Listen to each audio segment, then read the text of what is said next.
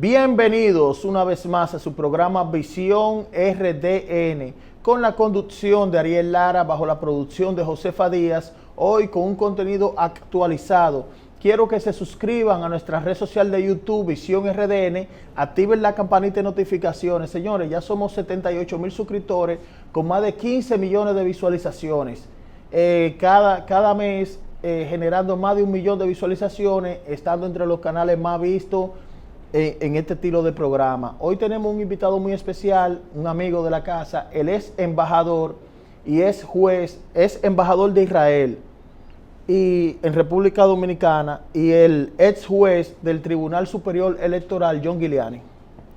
Muy buenas, ¿cómo estás, querido amigo? Todo bien, gracias a Dios. ¿Y tú? Muy bien, aquí estamos a tu disposición para comunicarle al pueblo dominicano siempre la verdad de nuestra opinión sobre cada cosa. Claro. John, te he convocado por diversos temas. Hay temas jurídicos, hay un tema cotidiano y me gustaría tocarlo contigo. Mira, Montesquieu hablaba en el espíritu de la ley de la división de los poderes del Estado, ejecutivo, judicial, legislativo. Nuestro artículo 4 de la Constitución habla de esa división de los poderes, de que no puede haber intromisión en cada poder, de un poder a otro. Eso lo dice, eso lo fortalece el artículo 4 de la Constitución. Ahora, la pregunta va por lo siguiente: ¿cómo tú ves la justicia en estos momentos y cómo tú ves la posible creación del Ministerio de la Justicia? Bueno, es un proyecto que el Poder Ejecutivo creo que va a enviar, o no sé si ya lo envió al Congreso Nacional. Habría que estudiarlo para uno saber el contenido del proyecto. Lo que sí ya yo tengo bien estudiado es el proyecto que llevó el consultor jurídico del Poder Ejecutivo al Congreso Nacional, donde se trata la violencia contra la mujer y donde se trata también la ley orgánica. Son dos leyes orgánicas, una contra la mujer y otra que trata sobre el tráfico de personas, sí, y los migrantes ilegales. Después de yo haber leído esos dos proyectos, yo te puedo decir que prácticamente ahí con esos dos proyectos se está cumpliendo con la Agenda 2030 de la ONU. Y que si esos dos proyectos se aprueban tal y como están, lamentablemente eso determinará la fusión entre República Dominicana y Haití. O sea que según lo que usted expresa y pudo leer dentro de ese proyecto de ley, que sería una ley orgánica. Son dos leyes orgánicas. Dos leyes orgánicas, entonces sí. El trasfondo es una fusión.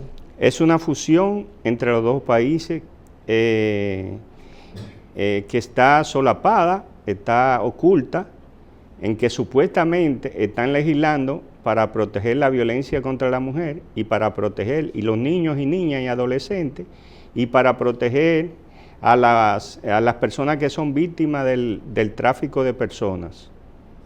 Pero realmente lo que hay detrás de toda esa articulado de esas dos leyes orgánicas es la fusión entre República Dominicana y Haití. ¿Por qué yo te digo esto? Sí. Bueno, porque dentro del articulado de esas dos leyes se establece que no podrá haber deportaciones de grupos vulnerables, como lo son los migrantes extranjeros y como son los grupos LGTB, si se comprueba que se ejerció violencia contra ellos.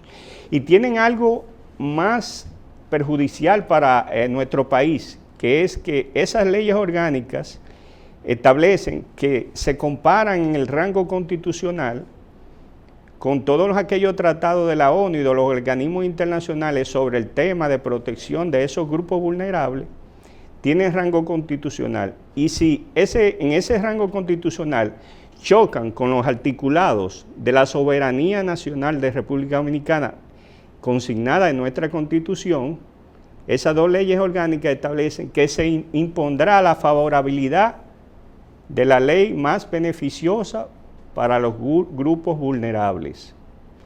O sea, nos van a derogar los articulados de la Constitución Dominicana que establecen y protegen nuestra soberanía nacional, al establecer en esa ley orgánica que si se compara con lo que dice la Constitución y se compara con las resoluciones aprobadas en la ONU para proteger a esos grupos, no se va a imponer la fuerza de nuestra Constitución, se va a imponer la fuerza de aquellos articulados que beneficien más a esos grupos. ¿Cuáles son esos grupos? Los migrantes extranjeros ilegales y los grupos LGTB. Porque hay una situación en estos momentos en Haití. Haití quedó acéfalo del poder político porque hubo un magnicidio. Entonces hay un primer ministro, pero existe una inestabilidad. Mira que le entraron a tiro los policías a una de las residencias del primer ministro. Entonces, todas esas personas que puedan pasar, que se puedan ver vulnerables como refugiados, ¿entrarían en esa parte? Claro, claro que sí. Es más, mira, estos dos proyectos establecen que la prensa no podrá hacerse eco de los inmigrantes que entran y que son aprehendidos. Porque se considera en ello que hay que mantener a esos grupos, o sea, que ellos lo enfocan como niños y niñas y adolescentes y grupos vulnerables y mujeres violentadas, entre los que ellos entran, los dos grupos que yo te mencioné, se consideran que eso tiene que tener la favorabilidad de proteger la identidad de ese tipo de grupos. Y llegan tan lejos en esos dos proyectos que mandan a la Junta Central Electoral a emitirle cédula de identidad. Y sobre esa emisión de cédula de identidad para esos grupos migrantes no podrá la prensa hacerse eco para proteger la identidad de los grupos vulnerables. O sea, a ese tipo de cosas llega. Mira, yo tengo aquí, por ejemplo, te voy a leer lo que dice el principio de no devolución, sí, para que la gente no piense que yo me estoy inventando esto. Dice, artículo 16, principio de no devolución. Se aplicará el principio del derecho internacional. Oye, ¿a qué tipo de principio están ellos haciendo uso?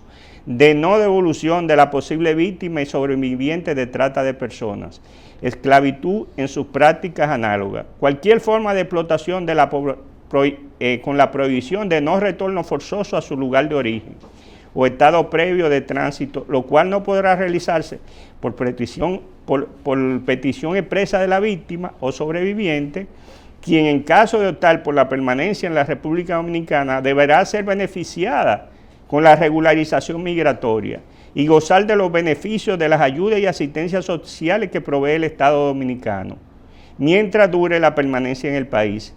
En caso de migrantes objeto de tráfico ilícito, este principio opera ante pedido de asilo o refugio. O sea que aquí se van a hacer refugios y no se le puede negar el pedido de asilo cuando se compruebe que se ha cometido violencia contra ellos. Cuando su derecho de vida o la libertad personal esté en riesgo, la violación a causa de raza, nacionalidad, religión, condición social o de sus principios de posiciones políticas. O sea, no vamos a poder aplicar nuestra ley de migración si se aprueban estas dos leyes orgánicas que ellos llevaron al Congreso. Wow. ¿Qué te dice? ¿Qué va a pasar cuando aquí no se pueda deportar? O sea, no seamos soberanos la República Dominicana para deportar a los migrantes extranjeros. ¿Qué va a pasar? Eso ahí. Aparte de eso, a ellos hay que darle casa, protección de la policía, servicio gratuito judiciales totalmente gratuitos. O sea, muchísimas prerrogativas que no disfrutan los ciudadanos pobres de República Dominicana. En estos dos proyectos están previstos que hay que garantizárselo a esos grupos vulnerables. Pero aparte de eso, ellos crean los fondos, unos impuestos, crean estas dos leyes, crean unos fondos para beneficio de esos grupos vulnerables. 17 empresas de instituciones de República Dominicana tendrán que pagar de acuerdo al presupuesto, al presupuesto tendrán que pagar un monto mensual para contribuir al fondo para esas víctimas. En un grupo que ellos crean, el CITIN, que es un grupo que crea la ley de trata de personas, Por ejemplo, si una institución como la policía tiene un presupuesto de más de 100 millones de pesos, tiene que pagar un porcentaje que establece la misma ley mensual para crear un fondo para darle todas esas ventajas económicas a esos grupos vulnerables. Te digo que es una verdadera monstruosidad en contra de la soberanía nacional lo que se consignó en estos dos proyectos de ley. Para mí que eso lo hizo algún asesor de la ONU que debe estar en el país. Porque no creo que ningún dominicano pudiera tener la cachaza de hacer o de plantear ese tipo de beneficios que se están planteando en esas dos leyes para favorecer a esos grupos. Y te pregunto, un ejemplo, cuando una ley entonces pasa un proyecto de ley orgánico, tiene que tener para tener la aprobación tiene que tener la tercera parte. La 2/3 partes de los miembros de ambas cámaras, dice el artículo 112 de nuestra Constitución. Eso es lo que más nos ayuda, pero para que eso pueda ser, a ellos se le haga imposible brincar ese valladar, hay que concientizar a los partidos de oposición. Porque acuérdate que el gobierno, si tiene interés en pasarlo, muchos legisladores se venden. Y si los legisladores se venden y con el grupo de legisladores que ellos tienen políticamente a su favor, podrían juntar las 2/3 partes, pero hay que concientizar a los legisladores de la oposición para que que esto es un tema de soberanía nacional, es un tema del riesgo de nuestro país, desaparecer y convertirse en un solo país con Haití, y eso no se puede permitir bajo ningún concepto. Eso es una situación muy grave desde ese punto de vista. Sí, para mí, o sea, esa es un compromiso. Es más, yo me niego a creer que eso lo hayan preparado dominicanos. Ahí podría haber una voz exógena Claro, porque inclusive en los proyectos de ley se establece que lo que va a preponderar, lo que va a prevalecer para favorecer a los grupos vulnerables son aquellas disposiciones que más les favorezcan a ellos. ¿Cuáles son las disposiciones que más favorecen a los grupos vulnerables? Como lo que yo te he mencionado. Son las disposiciones que ha establecido las comisiones de la ONU y que nuestro país ha ratificado, y esas entonces se van, en el rango constitucional, se van a imponer a las disposiciones de nuestra Constitución de la República. Y te pregunto como jurista, que hay algunas personas que han hablado, ¿los tratados internacionales están a la par con la Constitución en base a los derechos fundamentales, no administrativos, pero fundamentales? Sí, están en el mismo rango constitucional. Entonces, cuando la ley orgánica te determina sin ningún tipo de discusión que tú tendrás que aplicar lo que sea más favorable a la víctima, bueno, si la Constitución en nuestro articulado de soberanía no es más favorable a la víctima y es más favorable una resolución de la ONU, la resolución de la ONU se nos va a imponer a nosotros. Y en buen derecho, un juez, aplicándolo en derecho objetivo, tiene que hacerlo. Pero haciendo eso, nos está quitando el derecho de soberanía que tenemos para determinar que tal grupo de extranjeros migrantes que lleguen a la República Dominicana tienen que ser deportados porque llegaron a una situación ilegal al país. Eso se va a caer, se va a echar abajo. Los mismos proyectos de ley establecen que se van a crear campos de refugio, de casas de hogares inclusive. Habla de los hogares de Conani también, que se podrán utilizar para proteger a esas víctimas, que habrá que darle a esa víctima también seguridad de la Policía Nacional, tiene que prestarse para darle seguridad para que esos grupos no sean afectados. En el 1991 hubo una situación de crisis en Haití cuando era el presidente Jean Bertrand Aristide, y nosotros vimos, eso está ahí en la historia, que hicieron campo de refugiados en Guantánamo. Entonces lo que se explica es que puede haber, en tal caso hay un problema masivo, y de eso aprobarse, de esa ley orgánica aprobarse. Esas dos leyes orgánicas aprobarse. El refugio político sería aquí. Estarían dadas las condiciones, porque fíjate, si tú a esos pobres haitianos económicos que hay en Haití, tú lo traes al país y tú le garantizas comida, le garantizas transporte, le garantiza seguridad, le garantiza que hay que inscribirlo en la escuela pública y que todo lo va a cubrir el Estado Dominicano, cuando a ninguno de ellos le cubren ninguna de esas necesidades allá, ¿se van a quedar en Haití? Imposible. Van a venir para acá y ya van a tener las disposiciones con lo que disponen esas dos leyes orgánicas necesarias para que cualquier juez no pueda negarse a darle esas prerrogativas que están consignadas ahí. Entonces, eso es un tema serio, que es un tema que hay que tomarlo en cuenta, y yo hago una exhortación a los abogados preocupados por el país, que yo puedo mandarle vía WhatsApp o vía cualquier red los dos anteproyectos de ley para que ellos puedan comprobar ellos mismos lo que yo estoy planteando aquí en tu programa. Sí, yo te hago una pregunta. ¿Cómo tú ves la carta que envió doña Miriam Germán a los demás? A los procuradores, Jenny Berenice, Wilson Camacho. Una carta que se hizo muy viral en las redes. Sí, yo lo veo como una preocupación propia de la forma de ser de Miriam Germán. Yo la conozco bien, es una persona que le gusta que se hagan las cosas sin arbitrariedades, sin abusos, sin pasarle por encima a los derechos de las demás personas. Esa es la Miriam Germán que yo conozco desde hace muchísimos años. Y esa manifestación, o sea, es propia de lo que ella piensa y de la forma que ella actúa. Ahora, no creo que sea la misma forma de los ayudantes que la acompañan en el desempeño de funciones en la Procuraduría General de la República. ¿Ve total independencia del Ministerio Público en el actual? No, el Ministerio Público actual solamente tiene tiempo, o por lo menos lo que se ha visto hasta ahora, para perseguir a los corruptos de Danilo Medina.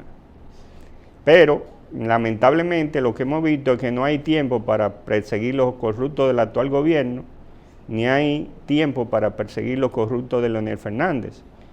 Y yo entiendo que la persecución de la corrupción no puede ser sesgada, tiene que ser abierta, a incluir a de todos los gobiernos que han cometido actos de corrupción y que han optado por apoderarse de dinero público en grandes cantidades, pero no puede ser sesgada solamente a que yo no quiero saber de él, es que yo voy a perseguir por corrupción, cuando todos los partidos políticos tienen corruptos, porque en eso tenemos que estar de acuerdo todos. Entonces eso es lo que yo veo mal en el Ministerio Público supuestamente independiente que se está ejerciendo hoy en día en la República Dominicana. La escogencia de los jueces, ¿tú lo ves factible en el Consejo Nacional de la Magistratura? Como la escogencia. Un ejemplo, el Consejo Nacional de la Magistratura está compuesto por el presidente de la República, el presidente del Senado, el presidente de la Cámara de Diputados, un representante de la oposición, diputado, senador. Eso es un órgano político. Eso es un órgano político y ahí influyen intereses políticos. Y mientras lo esté cogiendo el Consejo Nacional de la Magistratura, siempre va a incidir el tema del interés político. Ahora hay que tocar la palabra político. ¿Cómo ve el escenario político? Bueno, el escenario político no está bien definido porque hay muchos grupos de los tres partidos que están señalando que están arriba, que tal encuesta que ellos hacen, está arriba el PRM, otros dicen que está arriba el PLD, otros dicen que está arriba la Fuerza del Pueblo. O sea, no hay una credibilidad en lo que yo veo, hay mucha confusión. Y todavía falta mucho para las elecciones, Ariel. O sea, estamos hablando que falta más de un año para las elecciones. O sea, y creo que a partir de agosto, cuando se empiecen a hacer mediciones serias, y si los grandes medios que siempre la han hecho, que son independientes o supuestamente independientes, confirman que tienen credibilidad, empiezan a hacer encuestas que sean creíbles, entonces ahí se va a ir definiendo realmente la realidad política. Pero ahora mismo lo que hay es mucha especulación de cada grupo interesado en presentar que su candidato está arriba, pero realmente la situación política del país también está muy influenciada por la situación económica que estamos viviendo. Yo no creo que el presidente actual de la República, que ganó con un 35%, después de todas las salsas que ha habido en los comestibles de primera necesidad del país, pueda de que presentárseme una encuesta que dice que él tiene un 56%. Si tú ganaste con un 35% y después de eso lo que ha habido es mucha salsa de los precios de la comida para todos los dominicanos, alza de los precios de los combustibles, alza de la luz, aquí todo ha subido. Entonces, ¿cómo es posible que tú ganaste con un 35% y en vez de bajar, estás subiendo a un 56%? Eso no es creíble. El debate político, la figura del debate político debería existir ya en una ley para los presidentes, porque hay en algunas sociedades que uno quiere ver, por ejemplo, a Donald Trump contra Hillary Clinton, uno quiere ver a Abinader contra Lionel, contra Abel. Sí, lo ideal es que existiera una ley que obligara a los candidatos al debate para unas elecciones y a que cada uno plantee a la población qué hará en caso de llegar. Pero eso realmente no existe actualmente. Entonces, ¿qué es lo que sucede? Como no existe esa obligación, el candidato que realmente está arriba y que todos los contrincantes saben que está arriba, no le interesa ir a un debate, porque entiende que si va al debate, lo que puede hacer es que cualquier situación no prevista o cualquier error que se cometa en el debate puede hacer que él descienda en la aceptación de la población. Entonces siempre el que está arriba va a rehuir el debate y eso es lo que han hecho hasta ahora todos los políticos dominicanos. Sí. Desde tiempos inmemoriales venimos viendo esa misma actuación, de que el que está arriba no le gusta ir al debate. Ahora el que está abajo quiere el debate, a ver si puede conectar con la población y hacer cambiar de opinión a algunas personas. Pero hasta que no existe una legislación que obligue al debate, que no la hay, yo lo veo muy difícil. ¿Usted me puede establecer una diferencia entre una ley orgánica y una ordinaria para edificar al público? Claro que sí. Que hay mucha confusión con ese tema. Sí, principalmente las leyes ordinarias son aprobadas por la mayoría simple de los miembros presentes en la Cámara cuando se somete el proyecto de ley. Y las leyes orgánicas, que están definidas en el artículo 112, las que se refieren a derechos fundamentales, las que se refieren al aspecto financiero y económico de la nación y un sinnúmero de requisitos más, tienen que tener la mayoría, la 2/3 parte, una mayoría calificada en cada Cámara para poderse aprobar. Entonces, cuando es una ley orgánica que está aprobada, esa ley, todo lo que le sea contrario, que pudieran tener las leyes orgánicas que han sido de la misma nivel, pero que han sido aprobadas en una fecha anterior, y que esa ley orgánica que se ha aprobado últimamente establezca que será modificada si le son contrarias a ella, se aplica la modificación. Además de que, independientemente de que todas las leyes ordinarias tienen una categoría menor de calificación, y por consiguiente también son derogadas por las leyes orgánicas. Entonces, sobre la Constitución de la República, por ejemplo, esta ley orgánica que yo me estaba refiriendo, la de la violencia contra la mujer y la de la trata de personas, establecen que, y ahí es que viene el tema jurídico que yo estoy tratando de aclarar, establecen que tienen rango constitucional y que también tienen rango constitucional las disposiciones de derecho internacional aprobadas y ratificadas por el Estado Dominicano. Están en el mismo rango constitucional. Pero ¿qué pasa? Que si tú en la ley orgánica estableces que esas disposiciones se escogerá siempre la que sea más favorable a los grupos que tú quieres proteger, entonces de esa forma es una forma de derogar las disposiciones de nuestra Constitución. Es una forma inteligente, jurídicamente, de derogar las disposiciones de nuestra Constitución.